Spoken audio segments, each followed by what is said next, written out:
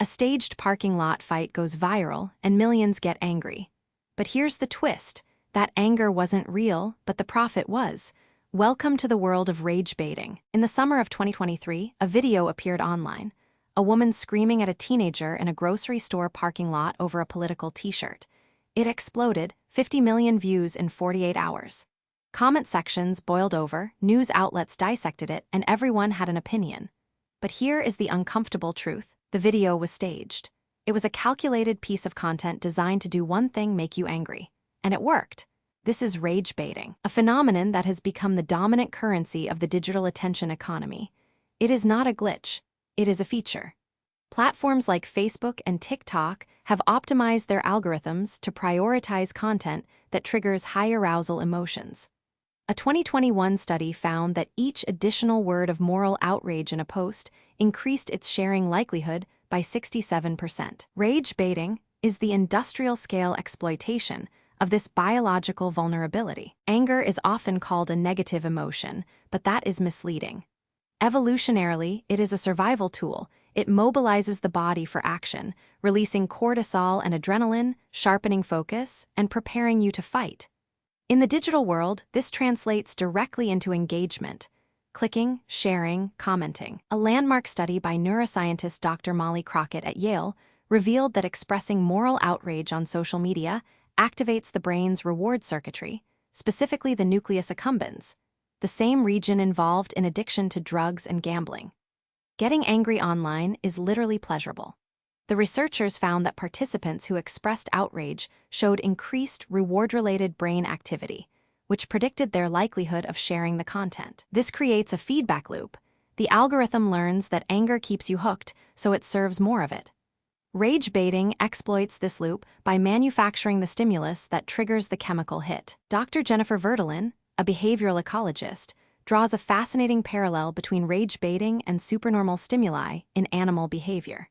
A seagull will prefer to sit on a giant plaster egg over its own real egg because the artificial one is bigger and more colorful. Rage bait is the giant plaster egg of human social cognition.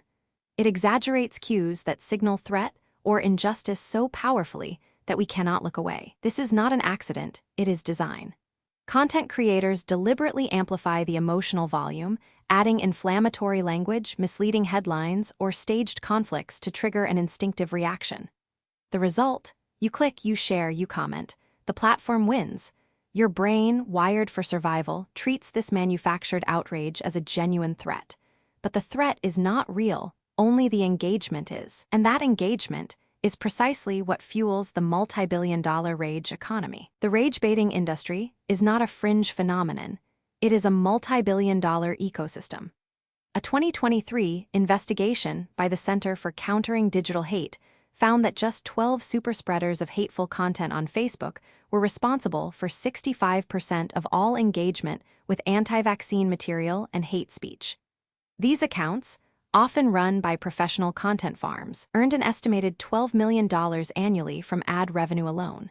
The business model is simple: provoke outrage, drive traffic, sell ads. But the economics go beyond direct monetization.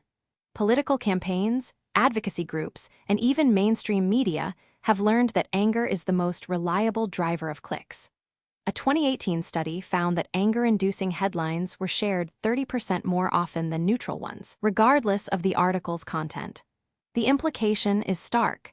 The entire media ecosystem has a structural incentive to make you angry because anger pays. This has led to what media ecologist Dr. Whitney Phillips calls toxic amplification. In her book You Are Here, she argues that the line between authentic and manufactured outrage has become functionally meaningless online. The platform does not care if the anger is real or fake, it only cares that it keeps you scrolling. Rage baiting is the logical endpoint of a system designed to maximize engagement at any cost. Consider the ripple effect. A single staged video can spark real-world harassment, fuel political polarization, and erode trust in media. The anger you feel is not just a personal reaction, it is a commodity harvested and sold. And the more you engage, the more the algorithm learns to feed you content that pushes your buttons. You are not a user, you are a product. Your outrage is the raw material that powers the digital economy. Constant exposure to rage baiting takes a measurable toll on mental health. Studies show that chronic anger is linked to increased anxiety, depression, and even cardiovascular problems.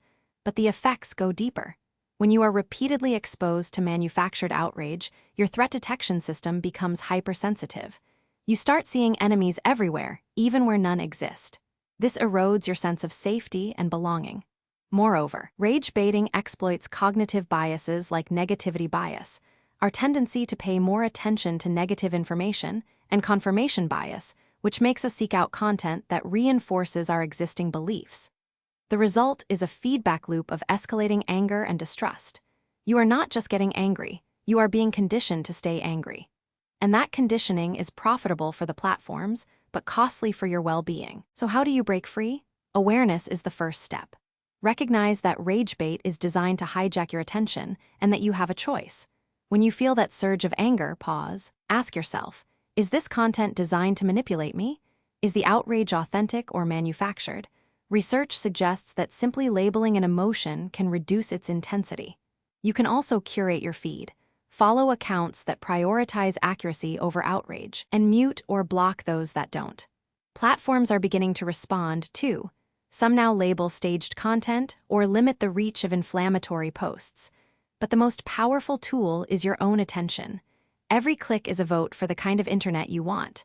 If you found this valuable, consider sharing it, not with anger, but with understanding. Your anger is a powerful tool, but it should be yours to wield, not a product to be sold.